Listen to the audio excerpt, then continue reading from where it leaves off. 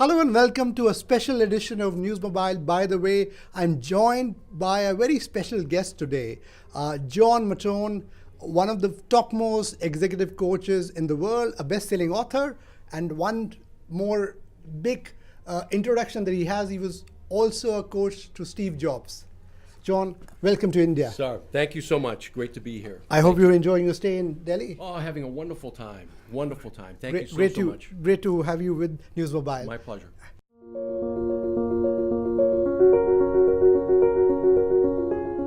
Let's talk about leadership. Your book is about intelligent leadership. Yes. What are the three things that you would say that young leaders must have to be successful? Maybe to be the next Steve Jobs?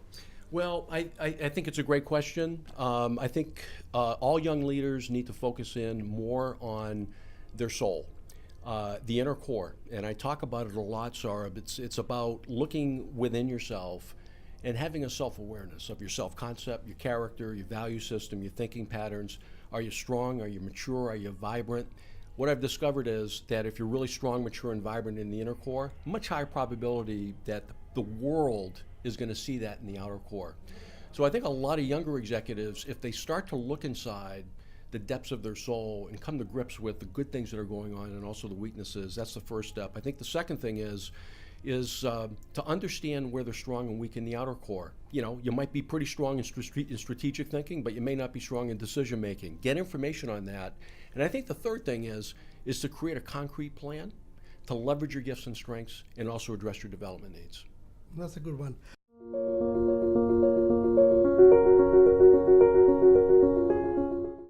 Coming to startups, a lot of startups are there. India is a land of startups. Absolutely. And you come to the US where a lot of startups are there as well. Yes.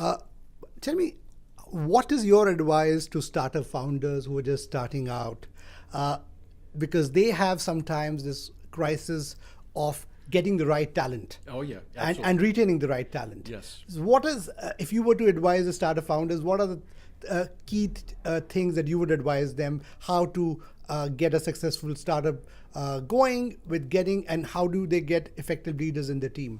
Okay, so one of the, and I've studied this, one of the big reasons entrepreneurial companies all over the world fail is that the founders underestimate just what we're talking about: leadership and talent and culture. Those are the three leading indicators in any organization.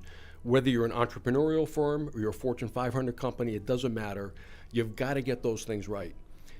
When I talk about talent, I talk about, are you hiring and promoting the people who are the best of the best? Are you developing them, providing them the opportunities and tools to become the best that they can be? Are you measuring, calibrating? Are you rewarding people correctly? Those are the leading indicators, the engines ultimately that drive a very strong culture: can-do culture, will-do culture, must-do culture. And ultimately, those are the foundations, Saurabh, for an individual performance execution culture and a team culture. And I got to tell you, a lot of entrepreneurs don't even understand these concepts. You know what they're interested in? Product, right? Service, and customers. But if they focus in on those other things, they have a chance to succeed. You said bang on, because I run a startup. Yes. I always focus on culture, because getting the right culture will get you the right talent. Absolutely. But often a lot of startups complain that they don't have the right the money. They don't have big money bags to roll them up. Yep. So sometimes it's difficult to retain talent. What is your advice or your mantra? Yep. For startups who are still bootstrapping or are in the first stages? I think the founder is going to end up really getting very thin. Honestly, you've got to do a lot of things, and you've got to do them really well, and you've got to be resilient, and you've got to be very tough. But if you maintain a focus on being a role model as a leader, as you attract talent, get them excited about the culture and this vision of the essence of the organization that you're wanting to create, but also must create, you've got a chance to retain people. People don't leave organizations, whether they're small or large. They leave the leaders. And so I always reinforce the founders to don't ever rest on your laurels as a leader. Always make yourself better. It never ends. What's the best motivation strategy? If a leader was to ask you that, John, give me a motivation strategy, because one of the big challenges that a leader has often, how do we motivate the team? How do we keep them going? Because money is not everything, but what is something, that golden word that you can suggest? Courtesy, compassion, altruism. It's one of the big reasons we got a massive leadership gap all over the world. We have leaders who have massive capability to show the heart, Saurabh. It's there. But what I've discovered is it's not igniting. And if it doesn't ignite, how you create centeredness in people, right? So how do you engage people? Engagement comes from centeredness. So ultimately, if I can help a leader or a leadership team embrace the concept that a lot of leaders might be listening in and saying, boy, that's kind of soft stuff. In reality, it's not soft. They're all leading indicators. The extent to which leaders can execute and push those levers is the extent to which you're going to drive a stronger operation.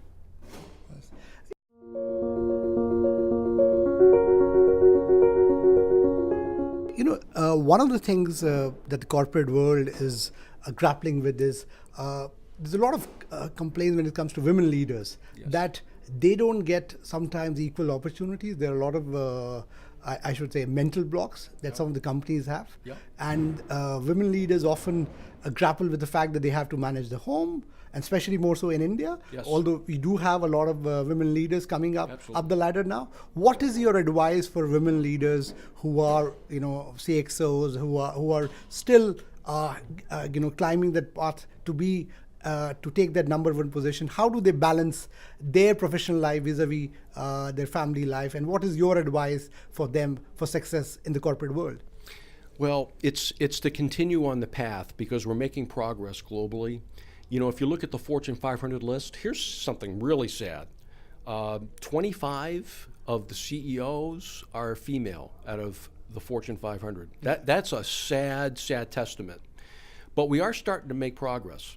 And I would say that whether you're a male or female, it really doesn't matter. We're all out of balance. We really are. And so I would tell the many talented female executives and future executives and CEOs out there, continue on your path to become the best that you can be. Provide abundance at work. Continue to provide as much abundance as you can at your home. And in the end, put your head down on the pillow at night and say, did I do everything as well as I could have? Calibrate yourself constantly. You're not going to ever be perfect. That's what I would say. Yeah, but sometimes, obviously the stress may be too much, because obviously they are handling, especially if you see in the Indian context, even more, that they are handling the family pressures, making sure that the kids go to school, and then they're back in the boardroom managing a tough business meeting. How do they manage, they strike the perfect balance? There's no answer. There really is not an answer, other than making sure that you understand your core purpose. I can't tell you how many executives that I work with globally, very successful people, have never really looked inside to understand who am I? What is ultimately my legacy? How do I want my life remembered? I think that's important. I think that's going to create some degree of balance, is the extent to which people can start to look inside and really define who am I? And ultimately, how do I want my life remembered? I think that's going to provide some help. It always does as a coach. If I can help an executive, male or female, isolate that, because all their decisions that follow from that will be tied to that core purpose. What can I do to make sure that I'm enhancing my core purpose in my life? I think that's really important. Plus exercise. I'll tell you, I think working out, being physically, get on the bike, get in the swimming pool. Yoga's great. All of that stuff is very, very important for balance and centeredness. And I think all of that's important. That's a very good advice.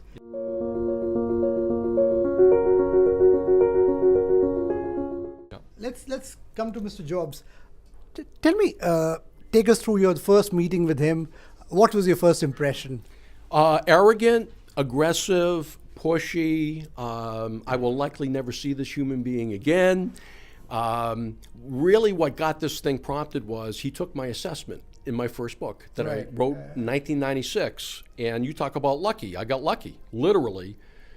It was in 2010. So he was dying. He was 1 year from death. And what was happening was he not only read my book, he was reading a lot of books. Yeah. And the reason was he was looking for answers, trying to connect the dots. He was starting to get reflective, going deep inside. He had never done that in his life, but prospective death forced him to do it. So my book, I think, caused him to make a decision, obviously. He wanted to meet me, wanted me to look at his assessment results, talk about it, meeting and so on. But he dominated the meeting. Sorry, he dominated the meeting for the first 30 minutes, and I said to myself, I got to do something different. I've got to do something different. So he dominates, and I made the decision, I got to treat him the way he wants to be treated. He wants to be treated the way he's treating me, right? So what I did was I became much more direct. I stopped listening. So I started stating my opinion on things which he liked. And I backed it up with reason. I was able to back up, what was in the book and so on and so forth. And I was much more passionate, and I was much more aggressive. He shut up. And the rest is history. Because at that point, everything shifted. Right. And he looked at me, he said, boy, this guy's got something to say, right? And then meeting 2, meeting 3, and meeting 4, each meeting got better and better and better. What were the big takeaways? What is Steve Jobs for you? What is what is the big takeaway that you got from him? What are the 3 qualities that he had which you haven't seen in anyone else? I think I learned a lot from him. I think I learned more from him than he learned from me.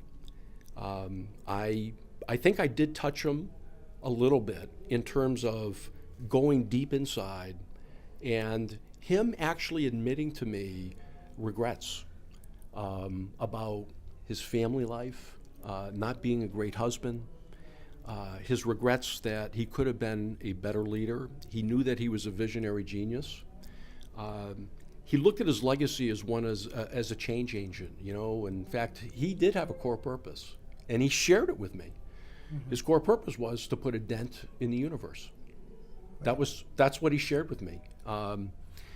And so I think... But did he ever say that Apple would become that big? Did he ever imagine that it would become that big? He was a huge thinker. I don't think he ever thought that big. Mm-hmm. He was a massive thinker, and I think that was one of his gifts that he's given us, that we all want to understand that if we're going to get something big out of life and something different out of life that's more value, it's non-negotiable. You got to think differently and think big. And I've learned that in my own life, in my own work, as a coach, I carry that message to the executives that I work with, that you've got to disrupt yourself.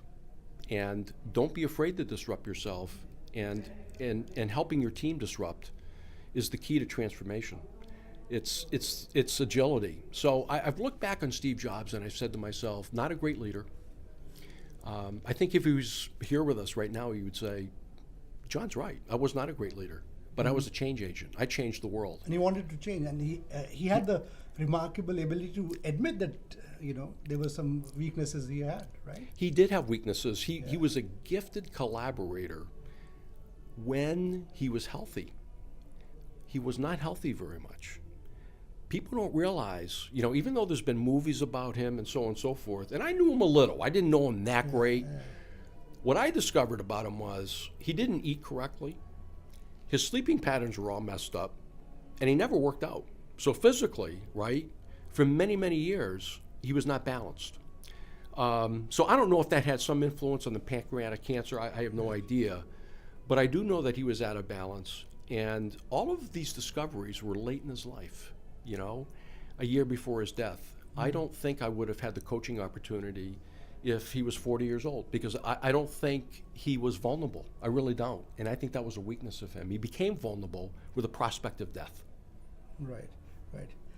If you were to say that some of the top global leaders, CEOs you've coached, who are those 4 or 5 names that you can recall for our viewers who you think are idols or people we should really follow?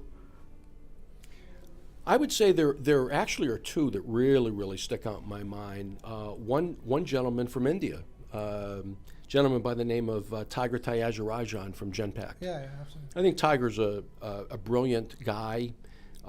Jack Welch thought he was a brilliant guy, but Jack was moved more by Tiger's passion, and Jack was a passionate guy. on a mission to change the world. He loved Tiger when he met him, and he made a decision. He said, this is the guy who's going to run Genpact when Genpact was part of GE. So I did a little bit of work with Tiger about a year and a half ago. He's actually in my Cultural Transformations book. This guy's a role model. And what I think really sticks out to me is his passion as a leader. The culture spins out of his personality, Saurabh, right? And then the other thing too is he taught me as a coach the power of what I call the privileged mindset. So I asked him, I said, Tiger, talk to me about leadership, right? And he talked about that he's privileged to have the opportunity to touch hearts, minds, and souls. That his job as a CEO every single day is touch the hearts, minds, and souls of his people and the families that are supported. And I was moved by that. I got chills. Sorry. I think Tiger's one of the top CEOs in the world. I think Tiger right now is 54. By the way, he takes care of himself. He eats good food, right? He works out. He's balanced. Tremendous individual. The other gentleman I think was Bill Lowe. Bill Lowe, the former CEO of FedEx Freight. Bill retired about 2 years ago. He was in line to be the next Fred Smith. Bill Lowe, one of the great CEOs ever. For a lot of reasons. Great character, great value system, incredible role model, change agent. People would go through a wall for Bill. So those are the two in my mind. There have been many others, but those are the two that I look to and I say they were. Roger Enrico was also a tremendous CEO, PepsiCo. I had a chance to work with him. Incredible CEO. Yeah. Okay. People say the first impression is very important. Yes. How much of a credence would you give to that? Do you think if you really have to impress someone, the first impression is very important, the first meeting? Yeah. Huge, absolutely. Because what ends up happening is your presence. First of all, you've got a reputation, right? So your reputation, what people predict you're going to get from when you show up. Presence is when you do show up, what do they get, right? So presence, to me, is that first impression. What do you say? How do you say it? What do you look like when you say it? And what you don't say. And that makes your presence. The constructs that people walk around with about you, all based upon that first image, that first perception. And once that construct's established, it's very, very difficult to change it.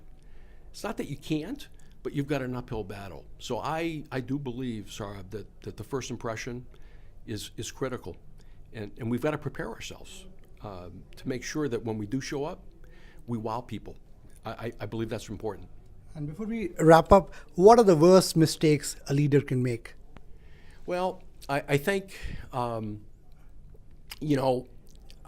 me it comes down to what I see is an issue out there is the lack of vulnerability, the lack of humility, overactive ego, not being open to feedback, not being open to perspectives that can make decisions better and so on and so forth, being rigid, being inflexible, believing that you've got all the right answers. Really, to be honest with you, it falls under that umbrella of rigidity. I think it's a huge, huge issue. It's one of the big reasons I'm brought in to work with CEOs is to get them out of that rigidity, get them out of that inflexibility, get them to open up and really understand that vulnerability decision is not a weak one. It's a courageous one. In fact, it's the most courageous decision that you can make and also the best decision that you can make. That's what I would say. You spoke about Jack Welch. I have a great regard for him. Me too. One of the reasons why, a lot of big companies, Yes. the companies which were legacy companies, they're Yes. losing out. They're losing out to startups. Why do you think that they are on a decline today? Well, again, to me it comes down to you can't rest on laurels. Success will lead to failure. I don't care if you're a person or organization. So resting on laurels, believing that you've arrived. There's so many organizations in the Jim Collins book, go back to Good to Great, that only 18 years ago, Jim was holding up these companies as you got to follow these companies. Well, a lot of them are gone. Nokia, gone. Motorola, basically gone. And on and on and on. I tell executives, go back to that book. That's not a long time ago, 18 years. And the reason is because a lot of those senior executives got too comfortable. We can never get too comfortable. We need to recognize that we've got to get better and better and better, and it's a diligent focus to do that. That's what I would say. John, thank you very much for Sure. talking to News Mobile. It's a pleasure My talking pleasure. to you. My pleasure. Thank you. Thank you. Thank you very much.